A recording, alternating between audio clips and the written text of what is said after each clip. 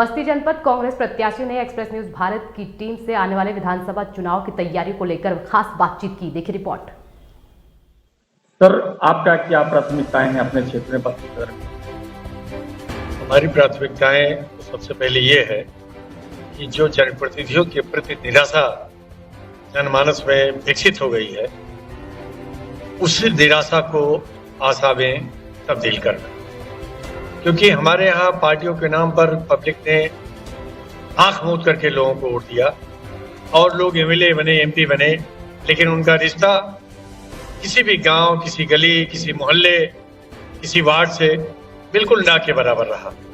और विकास की योजनाओं की बात तो छोड़ दीजिए, जो सरकार के कार्यक्रम है, उन कार्यक्रम के क्रियान्वयन में अगर ब्यूरोक्रेसी आवाम के साथ लापरवाही कर रही है तो उन पे अंकुश लगाने के लिए कोई नहीं है। जैसे एक छोटा उदाहरण मैं आपके बीच में देता हूं कि सरकार कहती है कि बेरोजगारों को रोजगार के लिए हम 25 लाख रुपए तक का ऋण बिना किसी गारंटी के हम देंगे, लेकिन कोई बैंक किसी बेरोजगार को 1 लाख भी देने के लिए तैयार नहीं है। और हमारा कोई जनप्रतिनिधि, चाहे जिस क्षेत्र का विधायक हो, सांसद हो, किसी बैंक की समीक्षा करने के लिए तैयार नहीं है, उद्योग विभाग की समीक्षा करने के लिए तैयार नहीं है, और गांव-गांव शिक्षित अशिक्षित बेरोजगारों की सूची भी बनाने के लिए नहीं तैयार है। तो सारे आपके खादी ग्राम उद्योग हो, उद्योग विभाग हो, जितने वित्त निगम हैं, इन निगमों में बेरोजगार रोज हमारा ठगा जाता है और रोज दौड़ते दौड़ते उसके चप्पल घिस जा रहे हैं। लेकिन रोजगार दिलाने के जितने भी अवसर सरकार ने खुद ही विज्ञापन में ये लोगों के सामने रखा है, प्रचारित किया है, उसका भी लाभ लोगों को नहीं मिल रहा है। इसके अलावा मतलब अगर आप जीतते हैं तो आपकी जनता के लिए क्या प्रमुख योजनाएं आपने सोच रखी?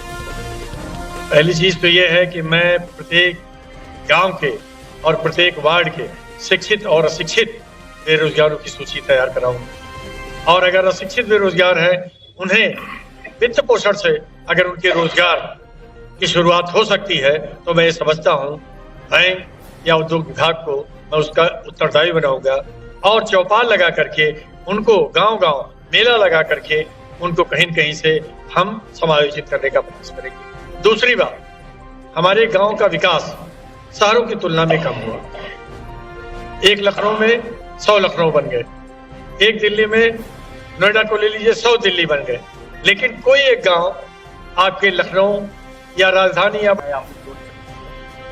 पहली चीज तो यह है कि मैं प्रत्येक गांव के और प्रत्येक वार्ड के शिक्षित और अशिक्षित बेरोजगारों की सूची तैयार कराऊंगा। और अगर अशिक्षित बेरोजगार है, उन्हें वित्त पोषण से अगर उनके रोजगार की शुरुआत हो सकती है तो मैं ये समझता हूँ बैंक या उद्योग विभाग को मैं उसका उत्तरदायी बनाऊंगा और चौपाल लगा करके उनको गांव-गांव मेला लगा करके उनको कहीं न कहीं से हम समायोजित करने का प्रयास करेंगे। दूसरी बात, हमारे गांव का विकास शहरों की तुलना में कम हुआ। एक लखनऊ में 100 लखनऊ बन गए, एक दिल्ली में, नोएडा को ले लीजिए, 100 दिल्ली बन गए, लेकिन कोई एक गांव आपके लखनऊ या राजधानी या बड़े शहरों के मुकाबले विकसित नहीं हुआ।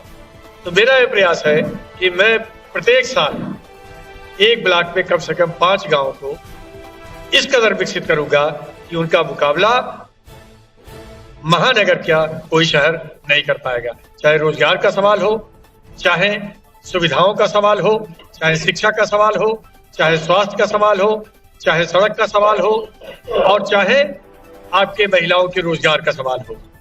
और प्रत्येक ब्लॉक में हम एक कम्युनिटी कारखाने की स्थापना करेंगे, जिस कम्युनिटी कारखाने में कोई भी बेरोजगार जब भी काम करना चाहे आ सकता है, काम कर सकता है और शाम को अपनी मजदूरी लेके जा सकता है।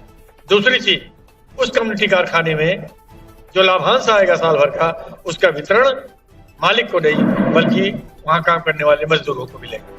किसानों के लिए सर क्या आपने सोच रखा?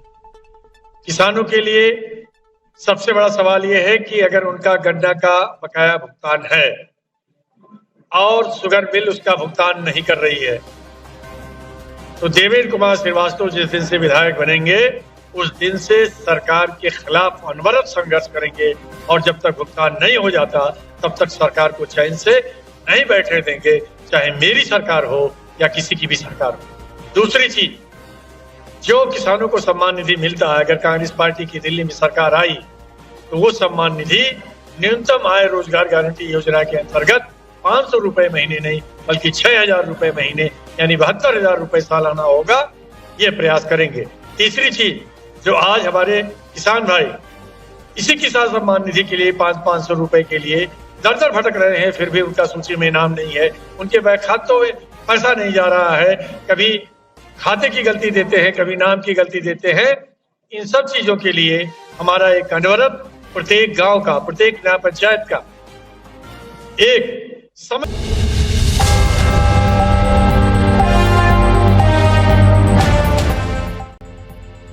हम हैं एक्सप्रेस न्यूज़ भारत। आइए हमारे साथ जुड़ने के लिए संपर्क करें।